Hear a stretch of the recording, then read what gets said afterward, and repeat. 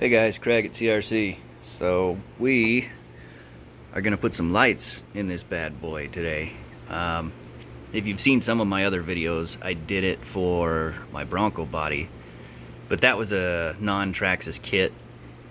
Kind of had to drill some holes, do some modifying for that. But for my Blazer body, I've actually got the Traxxas kit 8038. Looks pretty sweet. It's all LED. So we're gonna tear into this thing and hook it up. Okay, so I tore into this light kit and this thing's pretty cool. No wonder it was 60 bucks. So this right here is your lighting module, and this actually mounts right up to the frame. It's pretty sweet. See these two posts here on the floor pan. Then your screws go down through there. So fits real nice. Got your light buckets, some extra screws, some little zip ties. These are your actual headlight and marker lights for the front, little LEDs. These are your brake lights. They're all color coordinated. And this is actually your light splitter. The red is the brake lights, white is headlights, and it's got this little plastic mount, so that's gonna fit right on there like that.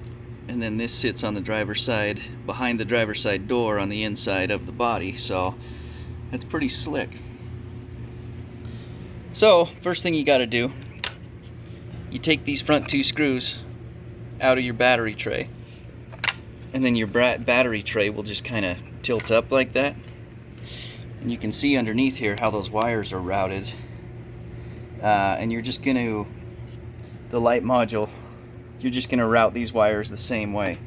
So it's going to mount here, you're going to route your wires up through here, go under your battery tray and over to the receiver box, and then you're just going to put the battery tray back down on top of it.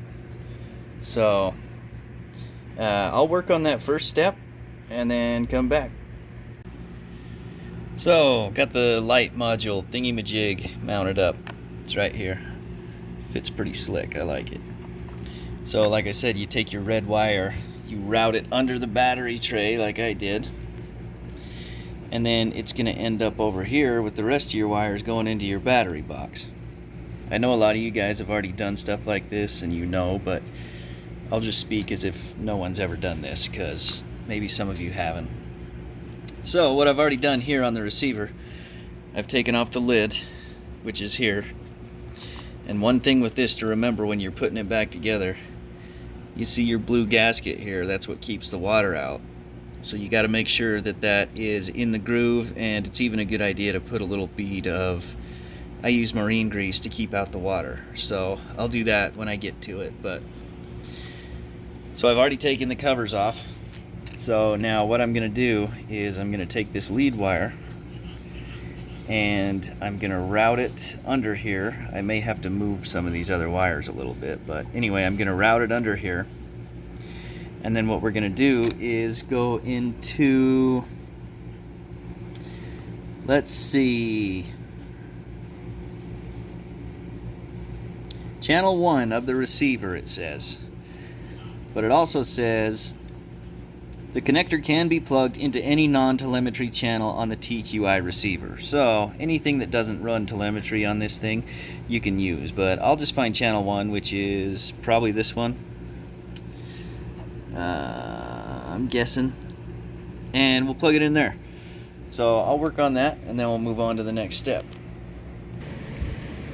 Alright, real quick before I move on, so you can see here what I've done where the wires come into the box. This is lithium grease. This will keep out the water. Probably got a little bit too much there, but whatever, it'll keep out the water. And then also I just put a thin little bit around the gasket of the receiver cover, so that'll also help to keep out the water. So it's a good idea to do stuff like that anytime you open up your receiver box. And just in case you didn't know, I was wrong. This inside, this far inside channel is channel 1. You can kind of see it there. Where is it? Right there, it says channel 1. So that's where it plugs in. So we'll go ahead with that, and I'll put the cover back on and we'll move to the next step. Alright guys, that was it for the chassis right now. So the next thing we're going to do is, this is the body upside down. We're going to remove these headlight backers up here in the front behind the grill. So go ahead and take that off real quick. Okay, so I got one side off. Once you get to this point, what you want to do is separate this black backer from the clear lens on the front, because what we're going to do is, this is our new light bucket, and the LED snaps right into the back of that, and then the bottom portion of the light is just here, so I'll get working on that. Okay guys, when you're doing this, you can see right here it says front left. The other one obviously says front right. And you see these little holes on each side of the LED.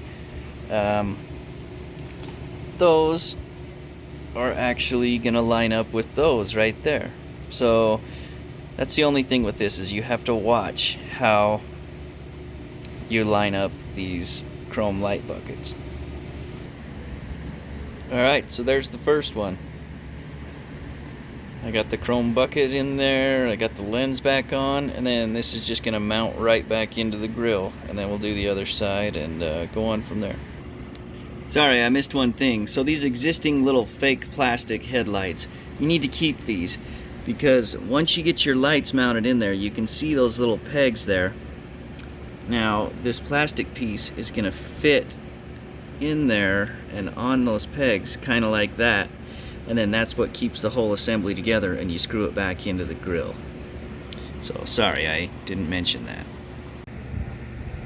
Alright guys, at this point I've got everything wired up, everything tied down, and we're working on mounting the distribution block. So you can see I have the keeper here mounted to the door handle. Now be careful with these two little tiny screws, because I actually stripped this one out. I'm hoping it will stay in. It doesn't want to tighten down all the way. So when it comes to your little distribution block, it's color coordinated, so just make sure they're pressed in all the way.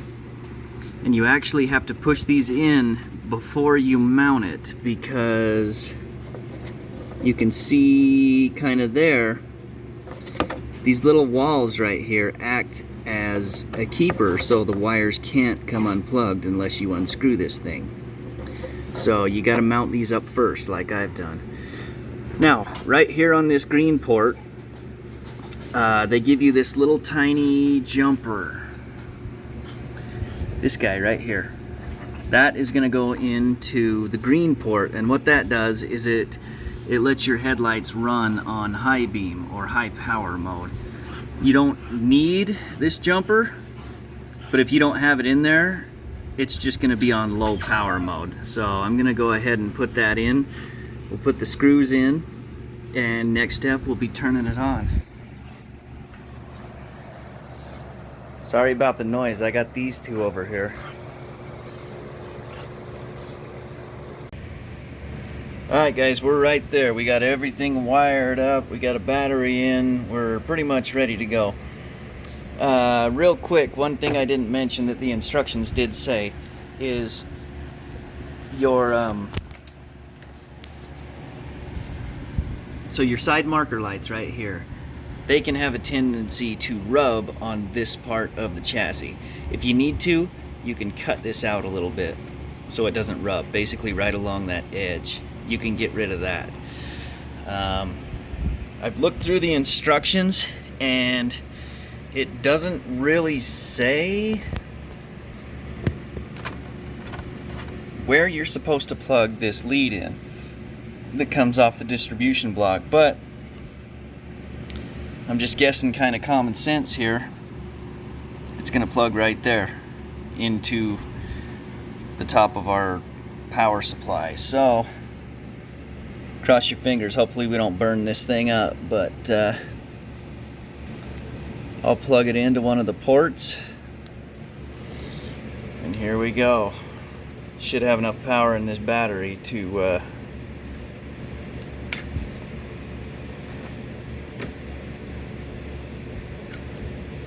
come on. Wow. Well, look at that. It worked. We did it right. Oh wow, that looks awesome. Let's see if we can get the body set on here, right? There it is.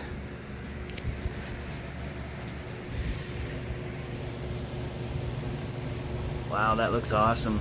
It doesn't look too great on video, but in person, man, that looks good. And those headlights are bright. Wow, check that out.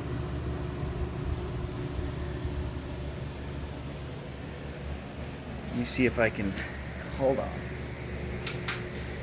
There, that's better.